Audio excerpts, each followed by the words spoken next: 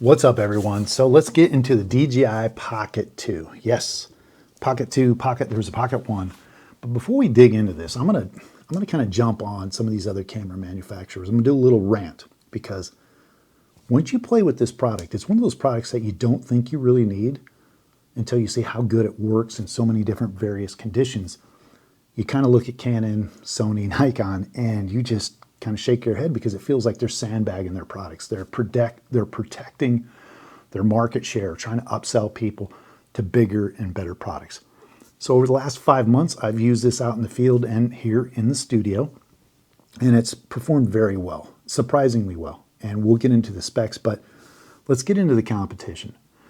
So the whole thing about vlogging and getting usable video and great audio is a thing. We know that. The M200 Canon, I did a review on that. I kind of burned it on the fact that I thought that Canon sandbagged the vlogging capabilities. Even though it was marketed as a vlogging camera, it didn't have an internal mic. It did not have a hot shoe like their previous versions or some of the M line. They didn't put that in there. 4K, I think, was limited to maybe 9 minutes or 10 minutes. And in that regard, there's a serious crop. There's a serious crop with the thing, 2.55. So if you have a 15 millimeter lens, which is wide, it ends up being like 50 millimeters or 60, something you really can't hold out or it's just gonna have your face. Also, the fact that, the weight of it is good, but the availability of lenses, if you go wider, you're gonna have to have a heavier set of lenses and that adds cost. And then if you want a mic input jack, which it doesn't have, you're going to have to kick yourself up to the M50 Mark II or M6 Mark II, which is, again, hundreds of dollars or more, and it's heavier. It just doesn't fit the bill like they kind of promised in that regard. It's not only Canon. Nikon pretty much ignores this segment. Sony kind of does it. They won't produce a flip-out screen. I think it's been maybe 2 years in now. They're starting to finally come out with the ZV-1, Z10. Those will be some really good cameras. But even then, they're going to be a little bit gimped. We'll talk. But Sony doesn't have the flip-up camera. And the image stability with regards to, they're using electronic image stabilization.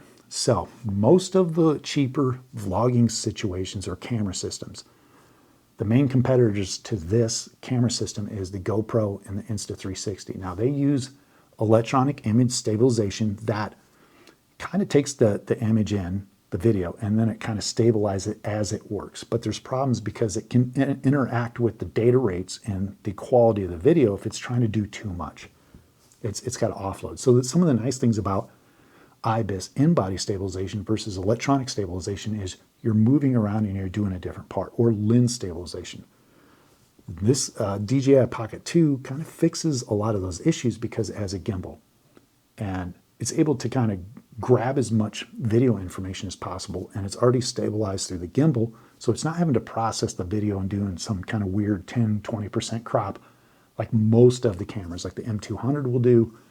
Some of the Sony cameras, the ZV-1 will do a gratuitous crop on the video. So if you have, let's say, a 20 millimeter lens, you're going to end up with a 30 millimeter lens. And that.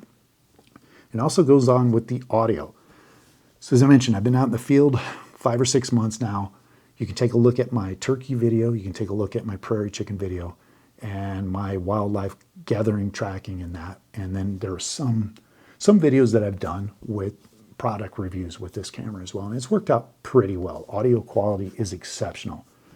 So most of the cameras, they're mixed bag on whether you can hook up an external mic to it. Insta360, when I tested that out, I didn't even do a review because the camera was beta. I would have just hammered it, and I don't want to go through that pain. Insta360, I pretty much used it for a little bit and sold it because image quality was very, very noisy. I couldn't use any mic jacks with it.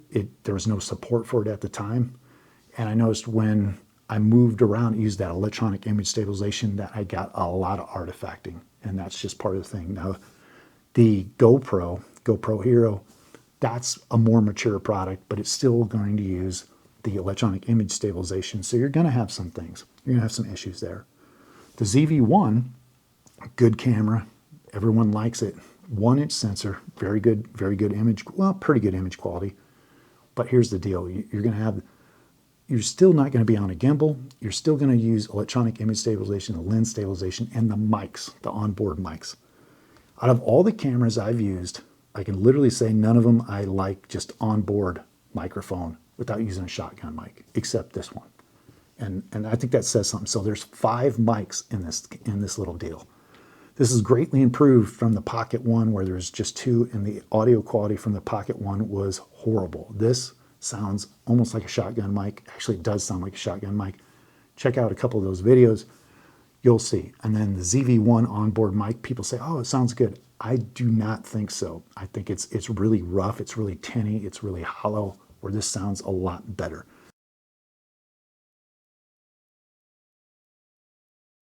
Can tell, say it's a little bit older. It's a few days old, obviously, but the animals have crossed this pathway to get into the creek. So speaking of funnels, trails, and paths, check this out. We got this tube here. Up above it is where we found the raccoon tracks. Now this tube is, maybe a foot wide, but even comparing against my Sony a7R4, this sounds way better. And so shotgun mic, not necessarily needed. If you need one, you can plug it in here with this extension, the Creator Pack. This is $500, this whole setup, Creator Pack. There's a lot of additional things.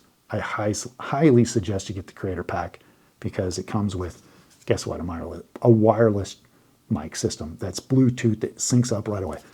So if you don't like the 5 microphones on board, go with the wireless mic.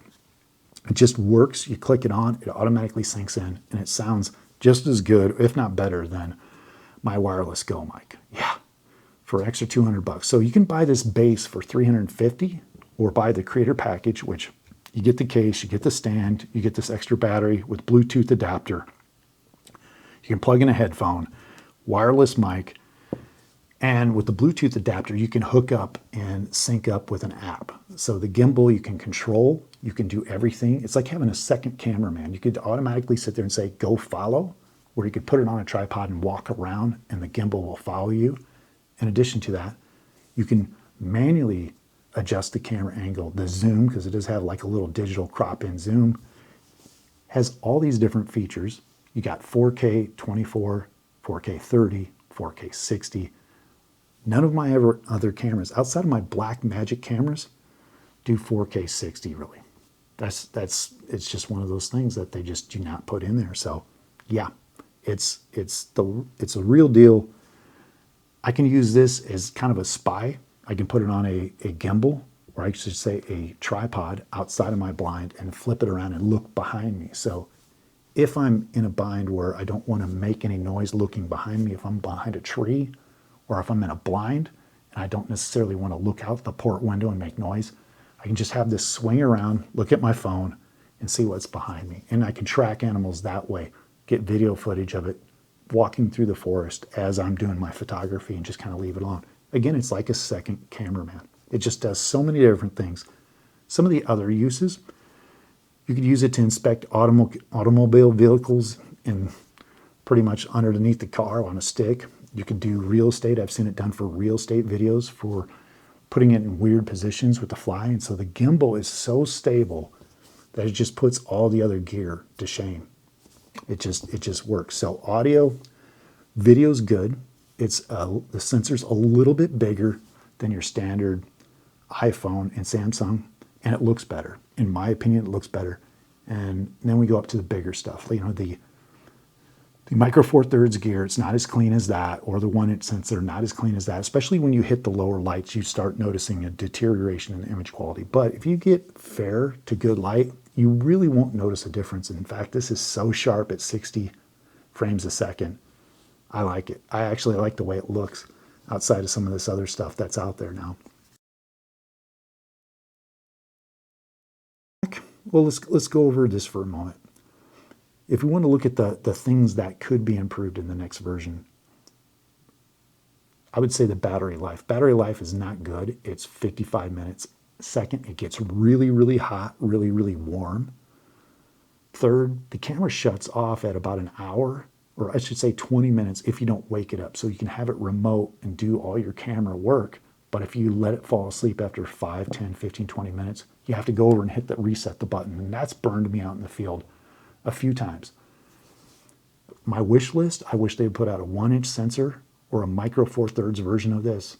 That would be it. Micro 4/3 at a 1.18 f-stop would just, or 1.8 f-stop would just absolutely crush it for image quality. I think people would just like, wow, there's definitely a need for this. People just need to know how to use the camera and use it in the right respects.